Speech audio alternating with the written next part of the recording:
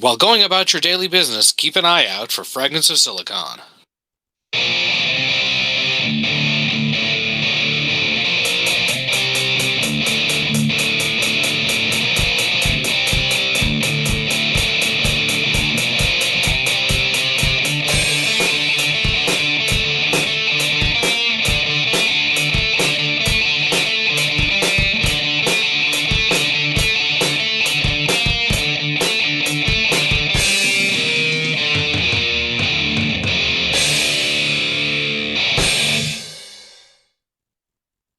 All right, welcome to another installment of Fragments of Silicon. I'm your host, Adam. Joining me as always are Petty and Galax. Let us get to the weekly news events as they happened. Petty, why don't you start us off this week? Overall, the week's been fairly uneventful, thankfully. I guess the closest thing to really interesting is for some reason the neighbors down the street, for like 3 or 4 times the past week, the cops have showed up. No idea what's going on, but it's like, I do know if I hear the sound of popping, I'm hiding under my desk. And then I guess the closest thing to interesting, like not, potential death or whatever, we finally we finally hooked up the power thing for the Nest doorbell we have up front.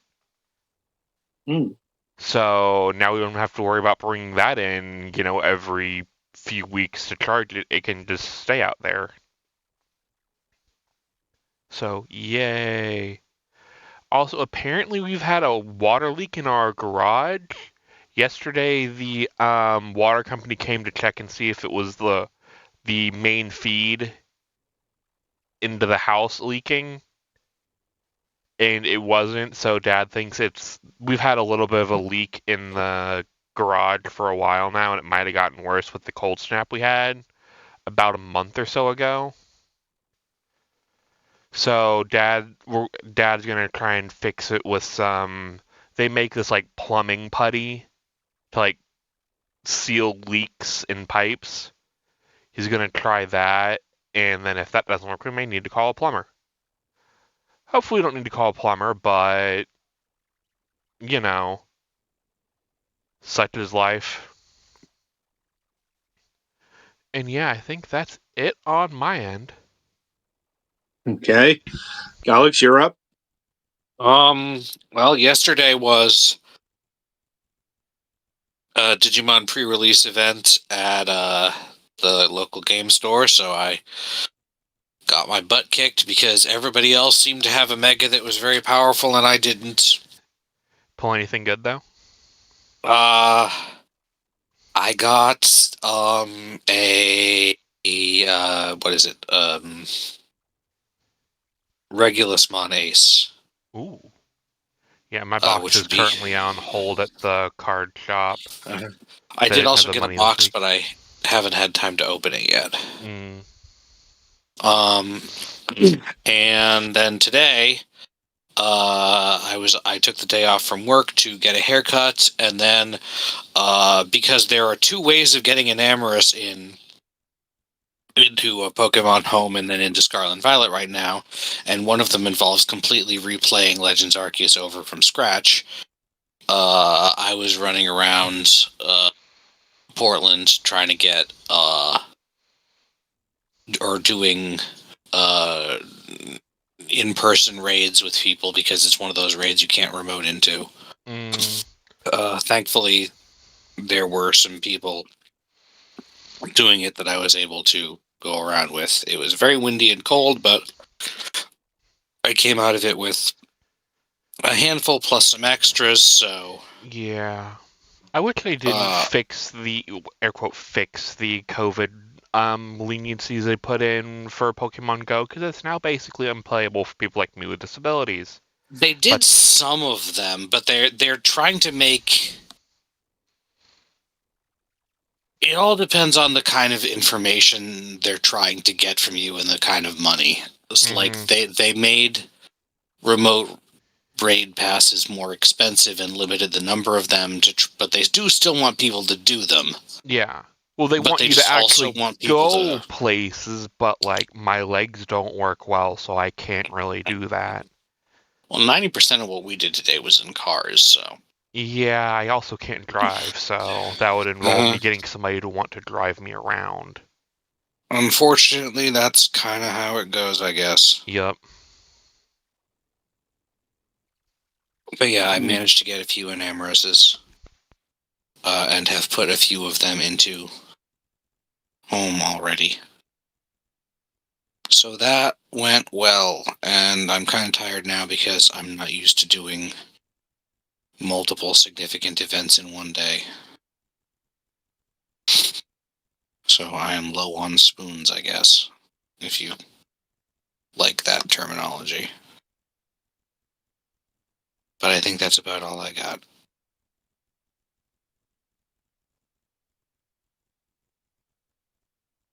You there? Okay. Yeah. Okay. Like, all right. It's my go. News this week is not much right now. More like tomorrow, I have the doctor's appointment to deal with, and my brother's birthday is on Sunday. He's coming up Saturday. Like, so, bits and bobs there. The real main news doesn't involve me or anyone here at this table, but well, Mac is in trouble again. Though, in This fairness, time it's not a result of his own decisions at all. yeah, I'll give it that for whatever it's worth. Like, over the weekend, it turns out a water pipe burst in his apartment, and did a lot of damage. Like, we've seen the pictures, not good. Like, they're doing extensive renovations. He lost apparently some, some pieces of worthless furniture, like stuff that could be easily replaced off Temu. He mentioned, so he's not super concerned. Yeah, I'm wondering if he's mentioned Temu so much. I'm wondering if he's being sponsored. If not, he should be. Like, apparently that company is doing pretty good business, so. Yeah. They're also sketchy as fuck. Oh, yeah, but that's a story for another podcast. No doubt. Point is, he's going to be displaced for a while. Don't know exactly how long. I think they mentioned he's in like quote unquote model apartment for now. Yeah, right. But that's just so he has at least a roof over his head. Yeah.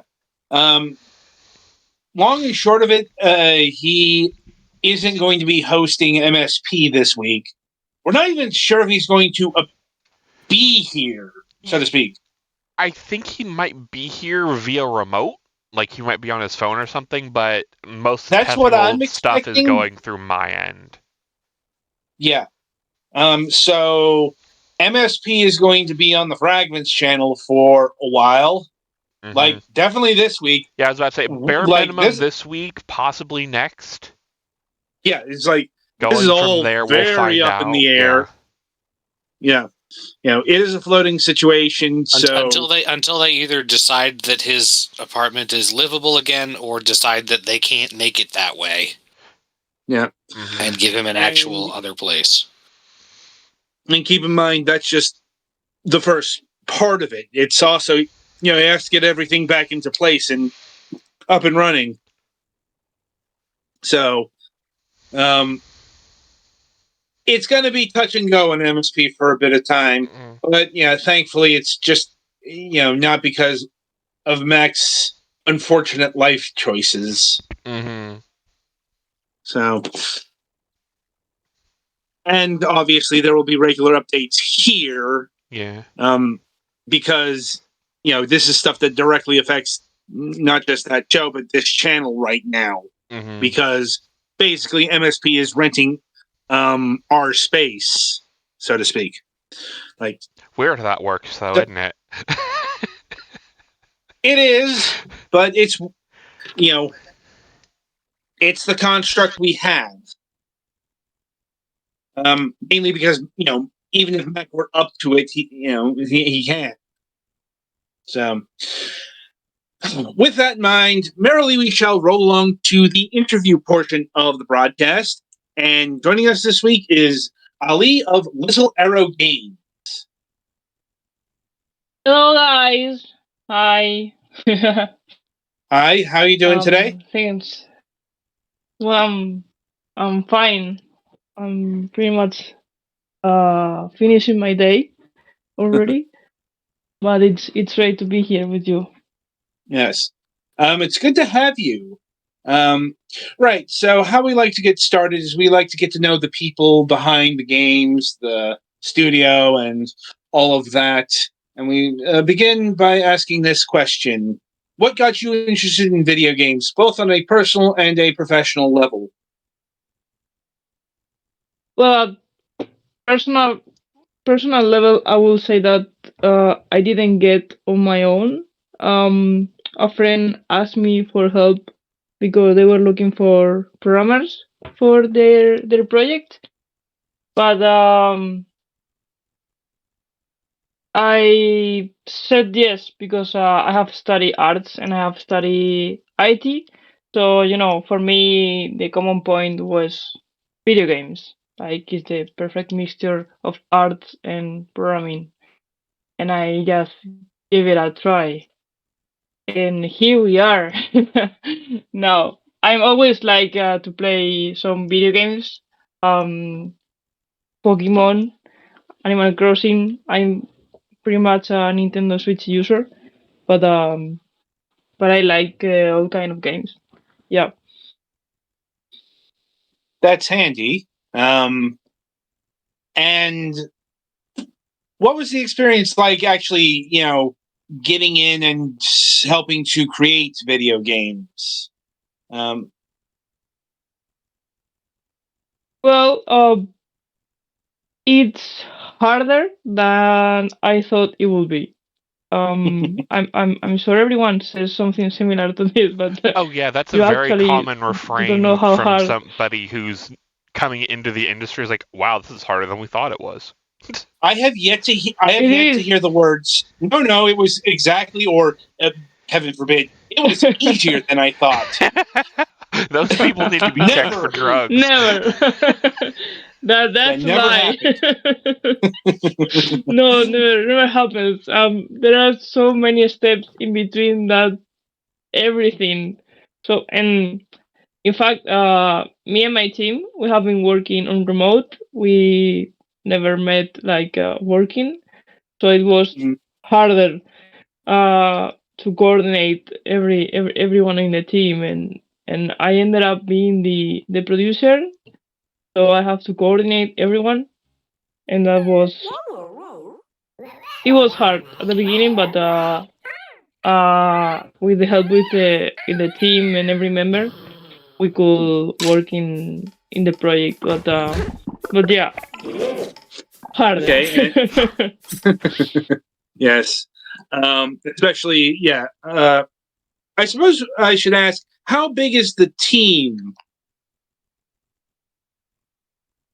At the beginning, because the team changed a little bit, we started being 10 people at the time, and we ended up being only 7 members in the team.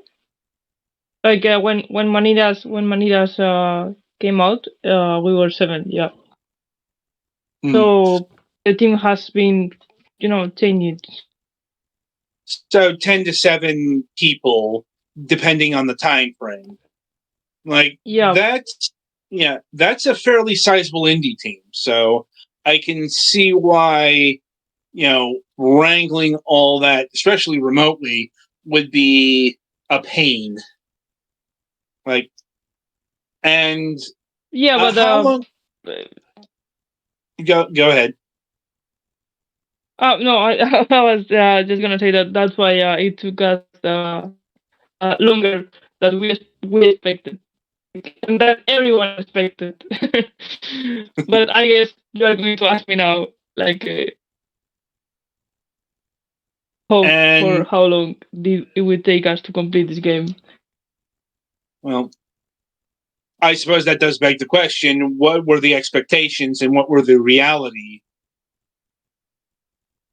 Well, the expectations for this game were really uh, low. It was gonna be a really small game. This game was born in a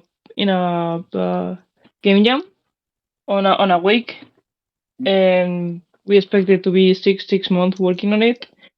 But then people kind of like it too much, so we decided to keep working on it. We won an award for the for an indie game here in Spain. So we changed the game design of this game several times because every time we get more expectations from us from the game from Tuxedo. So every time we added more and more stuff, and it all became kind of messy. So yeah, it was like a roller coaster, you know. At the beginning it was small, but then everyone put much pressure, and it was like, oh, I will like this, I will like this, oh, this is so cute, this is so cute. And then you seem like you are really important, but we are not.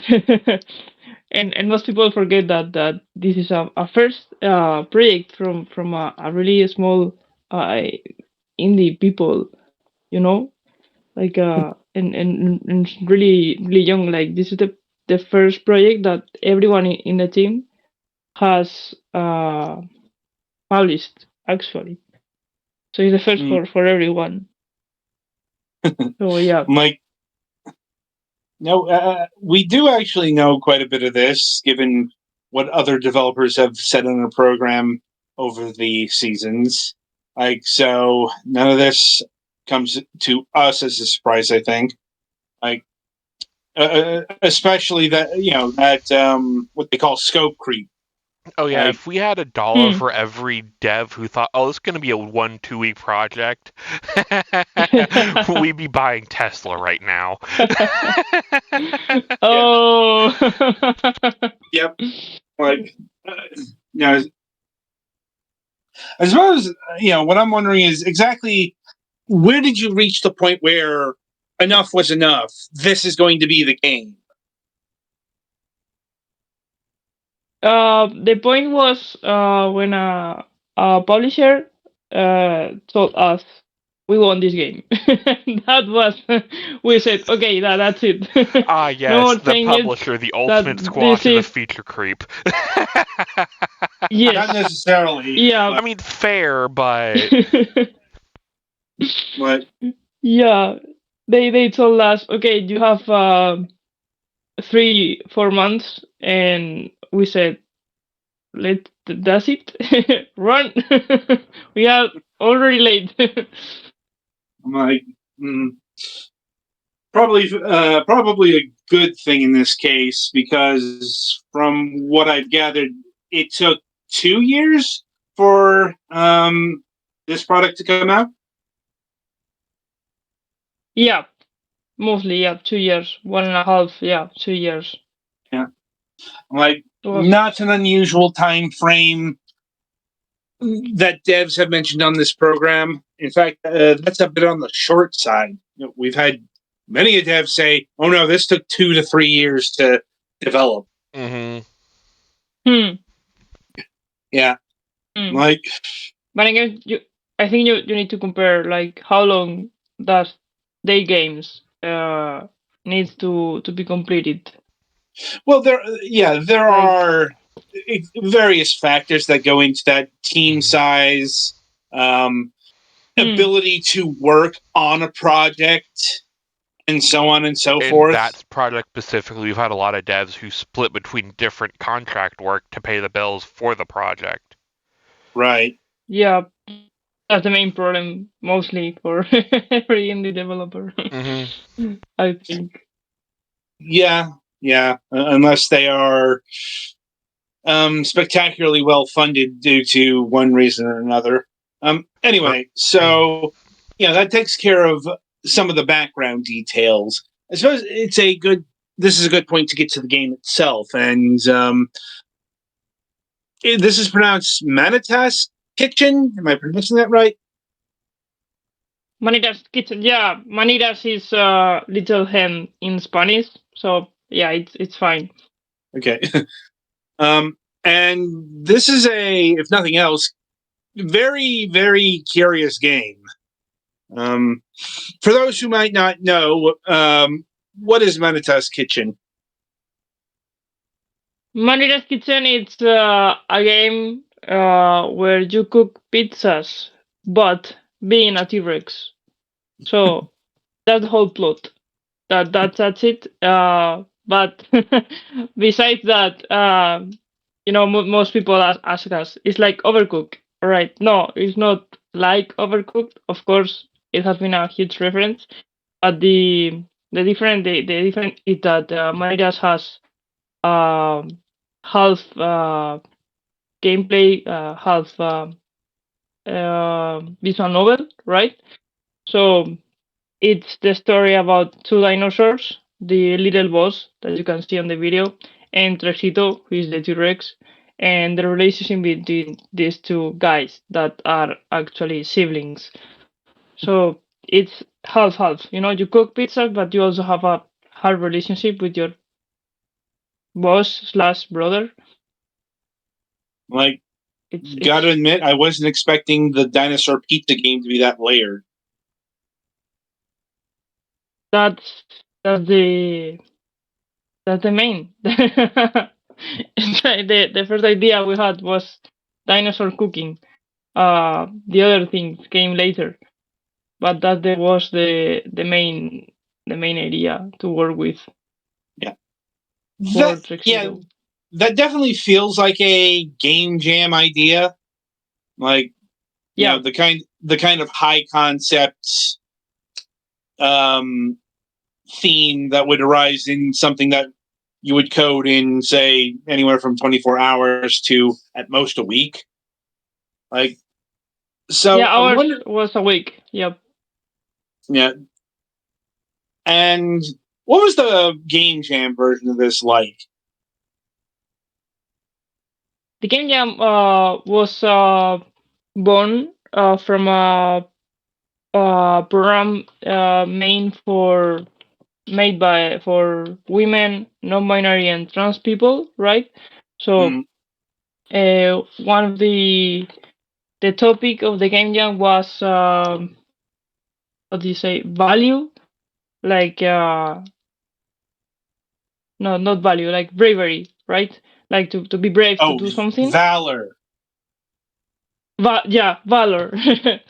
So everyone was picking up some really intense ideas about how hard it is to be a female developer or a trans person in the world, and we just wanted to make something fun, like I mean, to that is a yeah, valid. That's a valid thing. Like, certainly being LGBT plus um, comes with it a lot of hardship and mm, all of that throughout the world. But and there are plenty of queer stories that focus on that, but not everything has to be a super serious drama. It's like yeah, yeah, but sadly, you know, it's like we just why wanted to, not be, to have a do something dinosaur cooking normal. game? Yeah. Uh, I suppose I should ask: are any of the dinosaurs LGBT plus? Well, we keep it the all dinosaur as non-binary. Like we didn't want to make them any gender or anything. Um, and because of the game, it's in English and Spanish. For the Spanish part was a real challenge because of the language. It's everything Mm, in non-binary. So yeah. in English it's easier, but in other languages it's really not. But the dinosaur has they don't have any gender. We try to not to let anyone be like that dinosaur. Okay. And I am very curious. How do you depict someone as non-binary in Spanish? Given, well, it's a super gendered language. It is well. Now they are trying to change. You know that in Spain you ended the word with A for female and O for male. So Mm, now they are trying to change it to an E, so to be e. neutral. Yeah. Yeah, this is an ongoing thing in the current age in multiple European countries with grammatically gendered language. I Mm. suppose it's better than what's come up over here, and that was using the letter X. Oh That's yeah, not that. as new as you'd think it is, but I mean, the Well, the bigger simplest solution in English is just to use singular they, but some people don't like that or don't feel no, I'm comfortable talking with about it, so whatever. I'm talking about Latinx, which has Oh its yeah. own, that's its own thing. From what I have heard, and the, I the, am aggressively white, so I bow to anyone else on this, but even a lot of um, Latin American people think Latinx is dumb and Well, prefer Latine. the problem is Latinx was created by white people, like I'm white sure. American people. So anyway, before we get too into this particular conversation, let's get back to the cooking dinosaurs. Um, anyway, so was there any particular reason why it was pizzas that were chosen? I have to admit that there is not a special. We just speak pizza. It was the easier. Like we thought, what is the funniest food that a T-Rex can actually cook? And I don't know, Mm. pizza is like the most universal food in the world, kind of. I And could. we just thought it would I can be mean, really funny. it's certainly up Yeah, there. I T-Rex. mean, like I know the history of pizza, but like every culture now seems to have some sort of variant of what we would call pizza today. Like, though I do admit it Yeah. would have been interesting to see a T Rex trying to cook a paella. That will be very very local. I mean, of course, I think everyone will get that now, right? But it Mm. will be harder to how is Trocito gonna move the paella? Um, Well, we now know what I'm sure DLC is there. going to be in the game. Yeah. Well, it's like what kind of be right down to what kind of paella do you use? The chicken or do you use the seafood? Like, and I know there are That there, depends. I know there are very strong regional conversations, let's say, about this. Like, Well, anyway, the Spanish paella don't have any of those, so the mm, rest is for the other people. right. Anyway, so what got altered? What got changed? What kept its shape and form? From the transition, to, game jam project to full on Steam title. Well, the main change was the story. At the beginning, there was no story. We just started making Residual Cook, and the mechanics inside of the game, the mini games, right? Because in order to cook, you must need the dough and that's with a mini game. Put the sauce with another mini game, and the ingredients with another mini game. So those mini games were changing through the process. I mean, Mm-hmm. until the year they weren't like completed, and after that the story came. The small dinosaur, the boss. At the beginning, it was gonna be a dinosaur who lived inside of a fridge, and you were gonna have a fridge in your kitchen to pick up the ingredients from there. So this dinosaur was the dinosaur who will give you the food, and that's the first thing we eliminated. After that, a member of the team told us we could put a hat on this dinosaur and it would be so funny.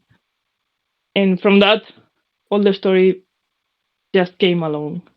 And with the story, uh, came the final mechanic of the stress because Trexito can be yeah, Yeah. can be stressed. Yeah, it's hard to open a restaurant. It's harder to be a dinosaur cooking something that you are not supposed to. So Trexito can actually lose the day or fade out if they have too many stress. Great. And this came because we were being really stressed doing the game, and we thought this can be really funny to include inside of the game. Yeah. It Those are seems like the three main things.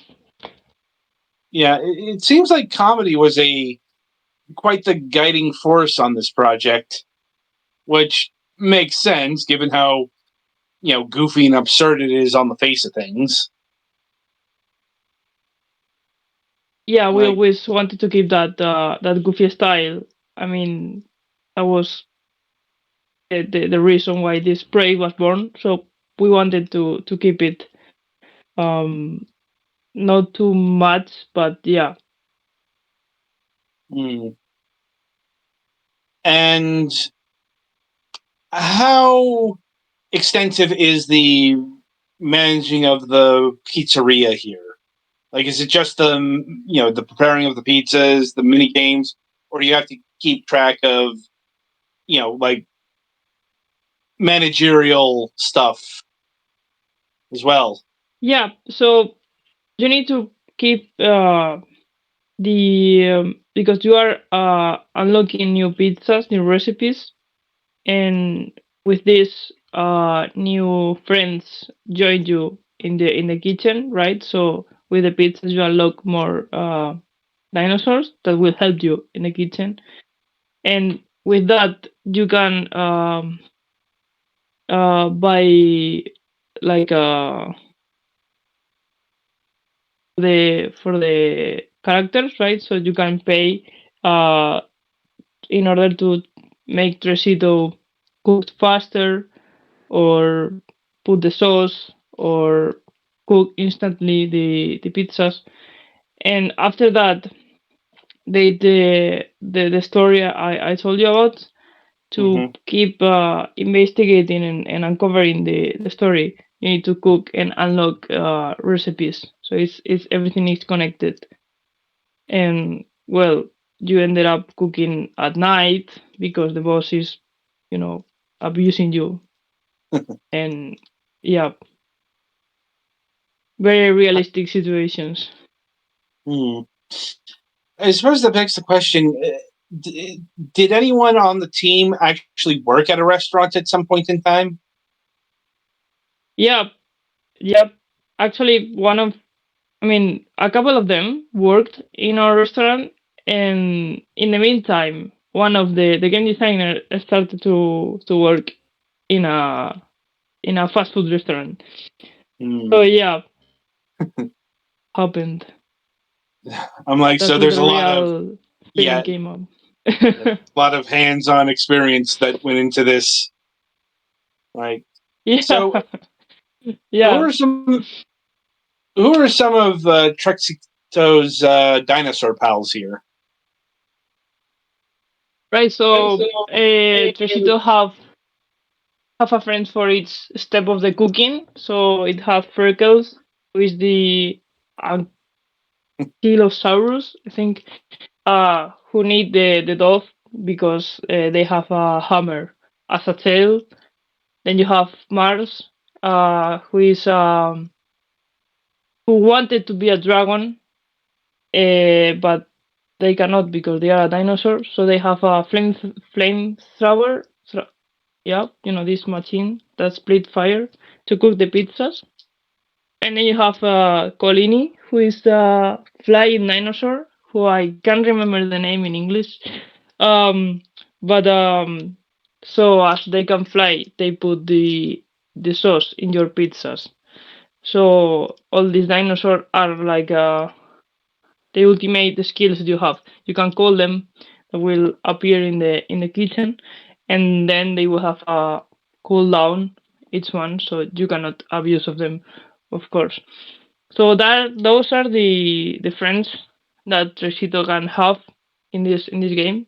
At the beginning, it was gonna be one more, but there wasn't enough time for them. Yeah. Ah, well, maybe if there is a sequel, that friend can be implemented. But Maybe so the game he has was been a out. guy for delivery food. I mean, that's an idea. Like, That's it. anyway, so the game came out a few months ago, from my reckoning. So, how has it been faring in the marketplace? Yeah, it came out on 15th of December on Steam. The first month was quite good, like with the Christmas and everything in the middle was really great. And but since the game came out last Friday for Nintendo Switch and Xbox and PS5, uh, that was much better than Steam. Um, we already knew that this game was gonna be much more a better match for consoles, at least Nintendo. But we didn't expect that much um, love and affection coming from the consoles. Actually, because we have do you know that in Steam you have the number of wish list and all the publishers and business ask you first how many wishlists do you have, like the important number. And we had a lot of wishlists, like more than 14,000 wishlists. Too much. Everyone told us this is a huge number, it's gonna be a success.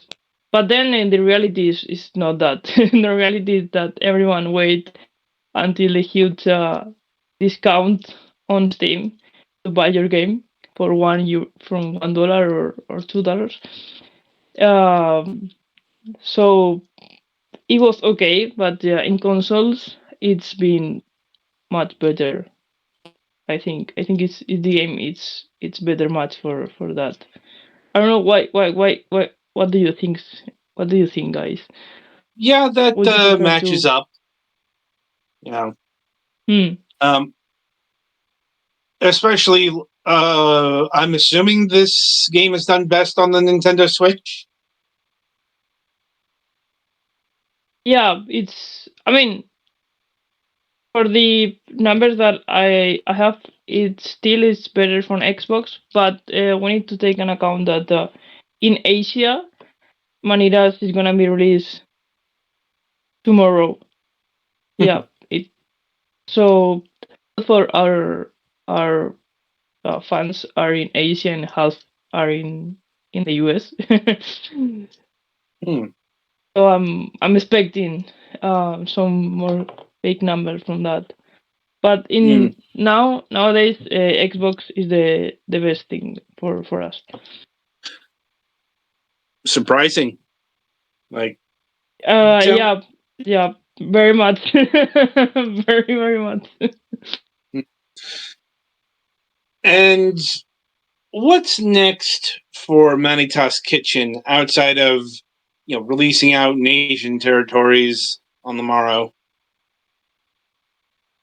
Well, for Manitas, we already upload on an upgrade because it was there were a couple of big bugs when the game came out, and now it's everything fixed and it's fixed already in consoles. Now the team needs a little break from dinosaurs because 2 years, you know, um, yeah, the team need a rest. We are gonna plan another project and wait for see numbers and get Right. foundation or something. It's time for the rise of the woolly Yeah. mammoth and saber-toothed tigers. Yeah. Right. So I don't know. I mean, the team want to make a future Manitas Kitchen too, maybe, but we will see. We will see what what I'm happens. I'm sure there'll be time enough for such considerations. Right. Yeah. So I think I've run through my questions. Do you guys have anything further? I'm good. Yeah, I think you've asked most of the things I thought of. Okay. Um, right. So, Ali, I want to thank you for taking time out of your schedule, especially given your location. It's rare that we get European guests at this time, but we're always appreciative when they brave out, their schedules for such interviews. Anyway, the game is Manita's Kitchen. It's currently available for pretty much all the major platforms, Yeah. and it's going for $12.99. You can also play a demo of the game on Steam, at least. So, if you Mhm. wish to try before you buy, you can do so. Oh yeah. Yeah, definitely. Well, Okay. thank you guys for inviting me and everything. I Mm-hmm. always have fun in this kind of interviews. Well, we're glad you enjoyed it. And maybe we'll have you on again when your next project is ready to be talked about. In the meantime, Petty, Oh play yeah, us to the sure. next segment. Um, Petty, play us to the next segment.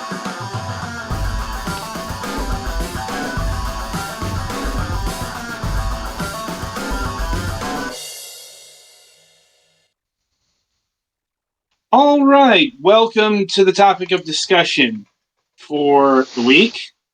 Right, so there are some major things either just happened or will be happening very soon.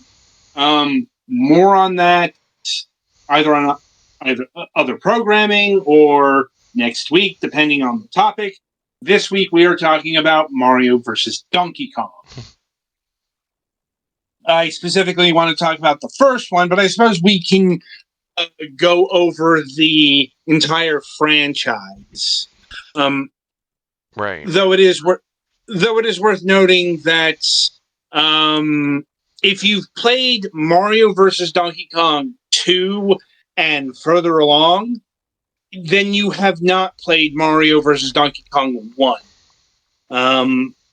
Because with Mario versus Donkey Kong 2 and every subsequent title after that, the format changed to, I suppose, its most recognizable form. And that is, you guide the mini Marios lemming style. Yeah, the minis were always relevant, but the later in the series they made it more or less mini Mario lemmings instead of being like focused on actual Mario puzzle platforming. Right. And Mario versus Donkey Kong 1 is its own interesting beast because it's functionally a sequel to Donkey Kong 94. Technically speaking, it's Donkey Kong on the Game Boy, But they did the thing where it just had the name of, and it shared the name with the previous game. It's something we're a lot more used to these days, but in 1994, it happened a lot less. I won't say it never happened.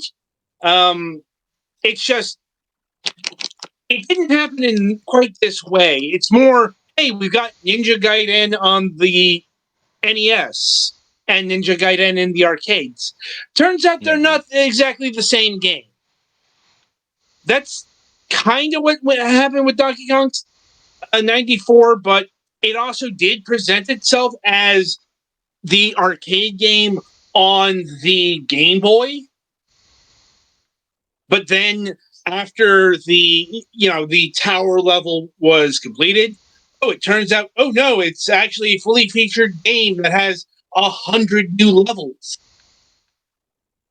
And that's the important part in between Donkey Kong 94 and Mario vs. Donkey Kong, because the new puzzle platforming is what serves as the basis for the new game.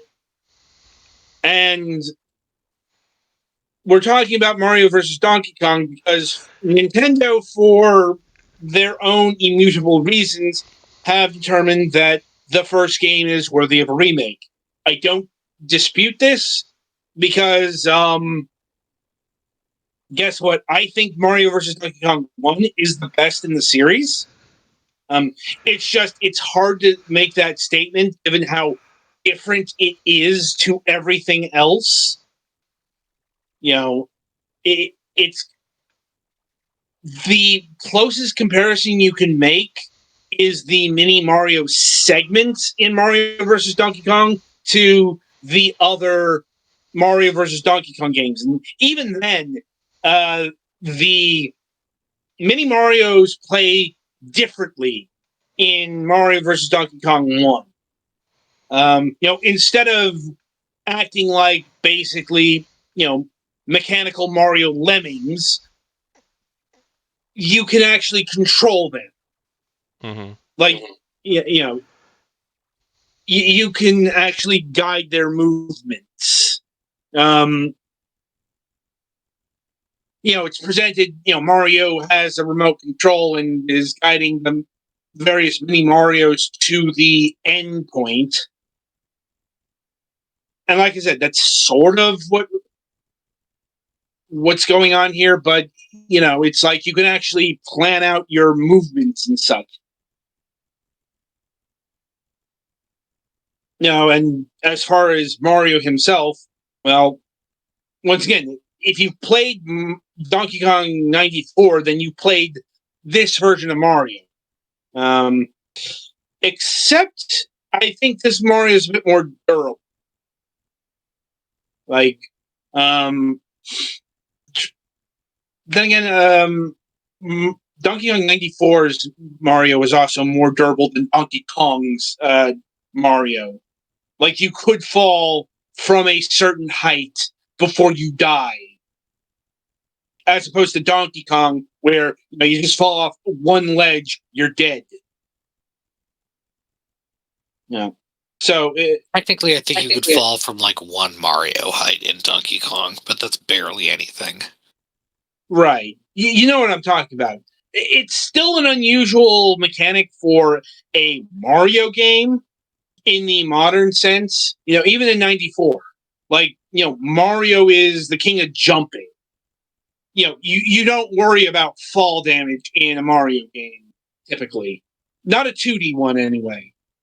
Fall damage definitely became a thing in 3D Mario. But 3D Marios typically had their own set of mechanics. Until the 3D Land, 3D World era. But that's because this game really is a puzzle platformer. Your job is to get the 3 presents in order to get the key in order to open the door. Once again, this is behavior found in Donkey Kong 94. if this comparison is coming up a lot, it's because, really, this is basically the spiritual successor to Donkey Kong 94. Right down to the way it moves and such. And it looks like, the remake here is going to be retaining a lot, if not all of that. Really, what the remake is doing is getting rid of the ugly ACM graphics. That was probably one of the biggest problems with the original Mario versus Donkey Kong. It had that really bad plasticky look to it. Now, because it's a Presumably, Mario it makes game, sense for the minis being like Yeah. clockwork toys, but the terrain is mostly metal, yeah, and Mario is a dude. yeah. Like, Mario it's is also in it was a fact game. made of meat. Yeah, it was a Game Boy Advance game, so it was designed for a very tiny screen. Mm-hmm. It's like it's an issue that a lot of Game Boy games, no matter what era you're talking about, have. It's like it's something that looks good on the screen it was made for, but if you're blowing it up to gigantic proportions, of course it's going to look like shit. Yeah, this is Like, kind it of was what people are finding out with like things like the Retron or Yeah. Analog or whatever. That hey, these don't look great on big screens. Because they were never made for big screens. Exactly. And it's not even like the console games, which were 240p or 240i,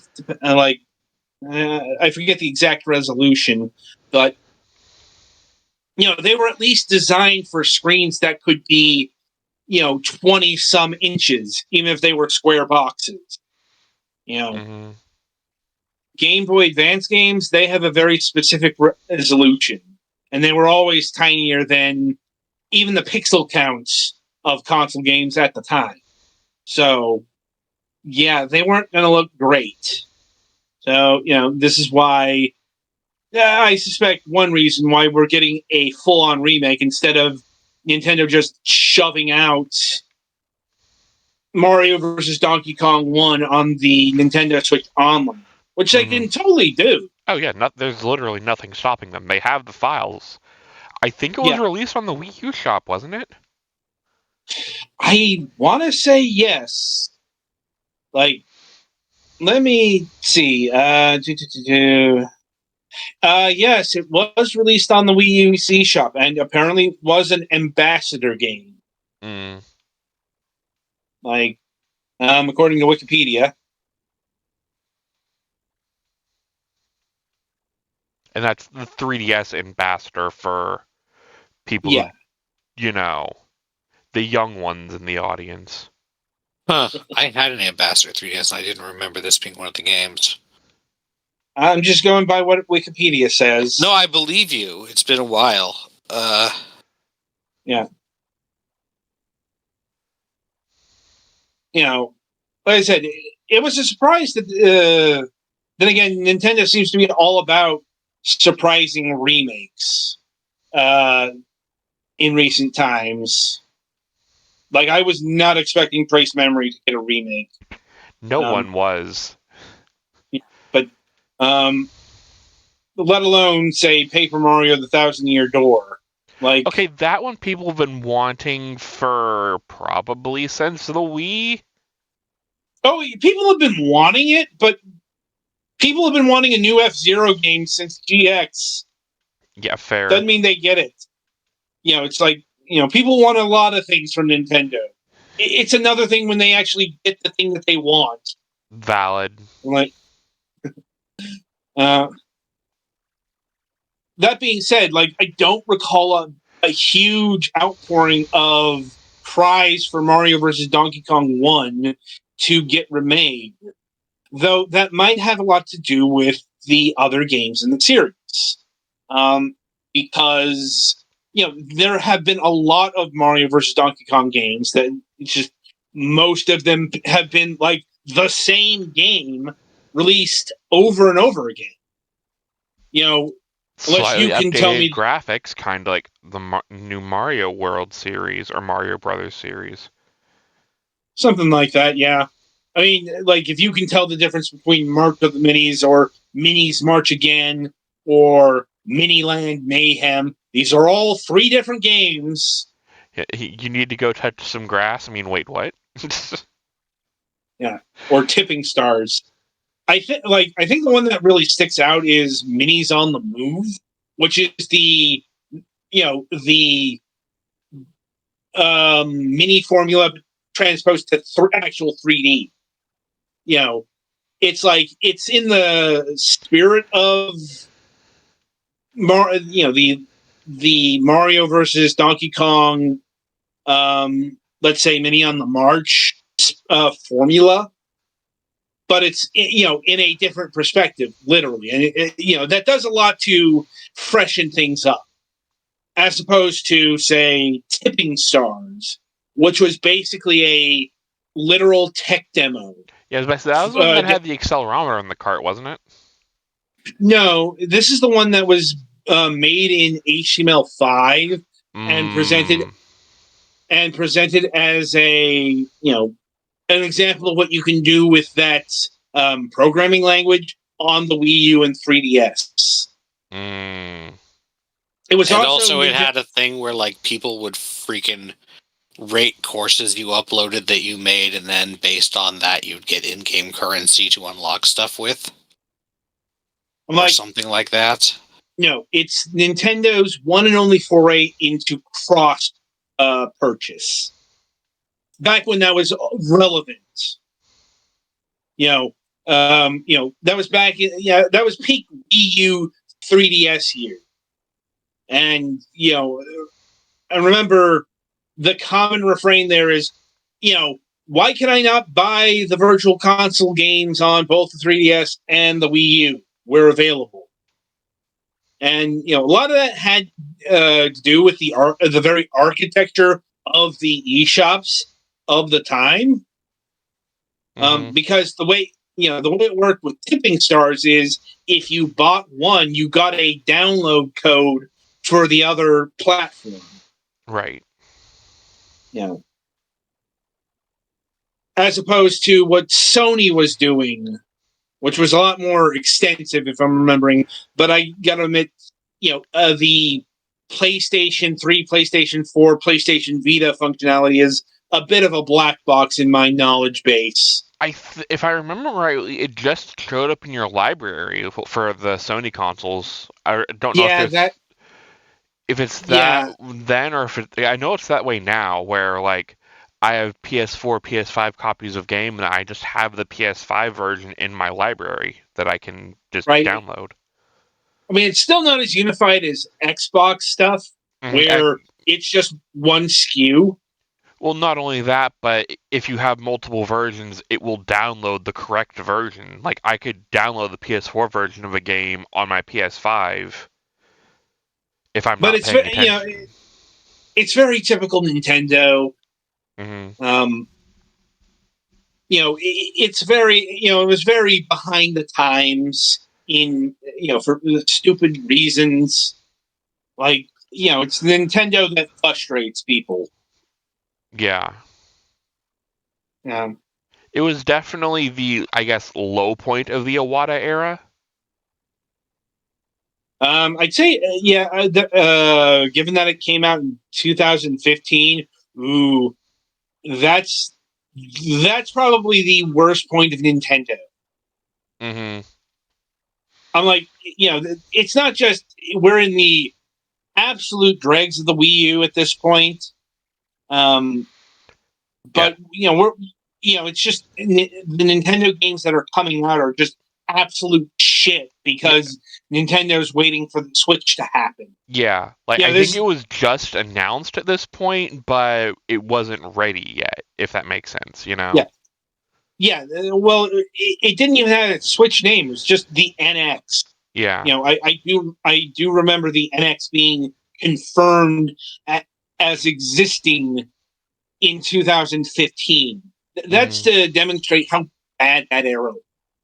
Yeah. But this is the era that gave us what is technically, I guess, the final game in the Mario versus Donkey Kong series, even though it's not really a one of those, but it was done by the same people. Mini Mario and Friends Amiibo Challenge. Oh god, that was a thing that existed. Barely. It was just this mini game thing that was barely existed. Mm-hmm. It was this free app. You could scan amiibos in and do a bit of Mario versus Donkey Kong leveling in. Mm-hmm. Like I said, it was the dark time. It was the time of just not a lot of games, and what was getting released was Animal Crossing Amiibo Festival or whatever it was. But that's neither here nor there. Anyway, Mario versus Donkey Kong, the remake, as far as I can tell, granted, I haven't been playing it, but it seems like a solid refurbishing of the classic game. And I hope it's successful enough to get new games in this style. Because I will contend this is the superior puzzle platformer.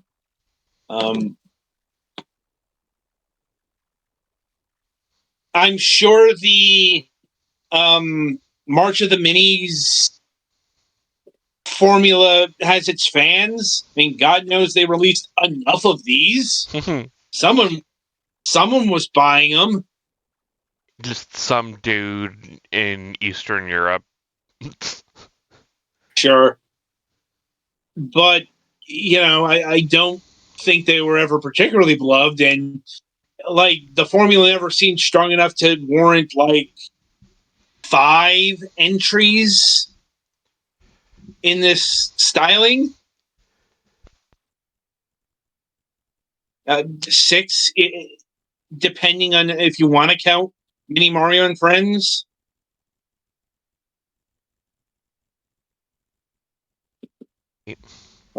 Anyway, anything else that we want to say on Mario versus Donkey Kong? No, it's fine. It was never really my cup of tea when I was, growing up and stuff. Yeah, I never really was that interested in these, but they are retroactively kind of interesting. Just how it ended up going. Yeah, I think they're very interesting. Donkey Kong 94 has an argument for being the best game on the Game Boy. Mario vs. Donkey Kong didn't quite reach those heights, but it's still very, very solid. And, this remake fixes the biggest problem I had with the original. And there is going to be new content in the remake. I remember Nintendo put out a trailer for that. I don't remember what it was because I didn't want to know that particular moment in time. Oh well. Anyway, that'll about do it for this week. So coming up on the week ahead, let's see. On Friday, we'll be welcoming Robert Boyd of Z-Boyd Games to the program. I am looking forward to this because I've been a fan of their RPGs since Breath of Death 7 and Cthulhu Saves the World. Granted, I didn't play them in their original form. Try to guess where these games were first released.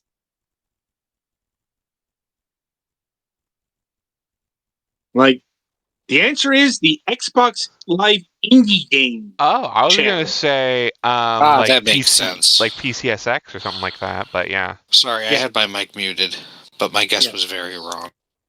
It's fine. Yeah. Didn't play them there. Did play them on Steam when they got released there because they are very cheap. But I've also played their installments in the Penny Arcade series. Granted, that was a long time ago. Much more recently, I did play Cosmic Star Heroine like a few months back. Now, it's definitely the best one of their games that I have played. I've always been a bit iffy on the timer mechanics that the games favor. That is to say, as the rounds go on, the enemies boost in power and stuff. It's for optimization of speed. Like if you don't take out the enemies very quickly, they will kill you very quickly. Anyway, so that's coming up on Friday. I look forward to that.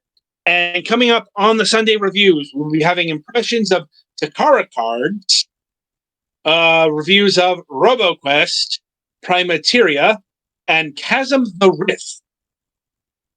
So look for that. And coming up, hopefully, is a new episode of MSP. Until then, I shall wish you good gaming.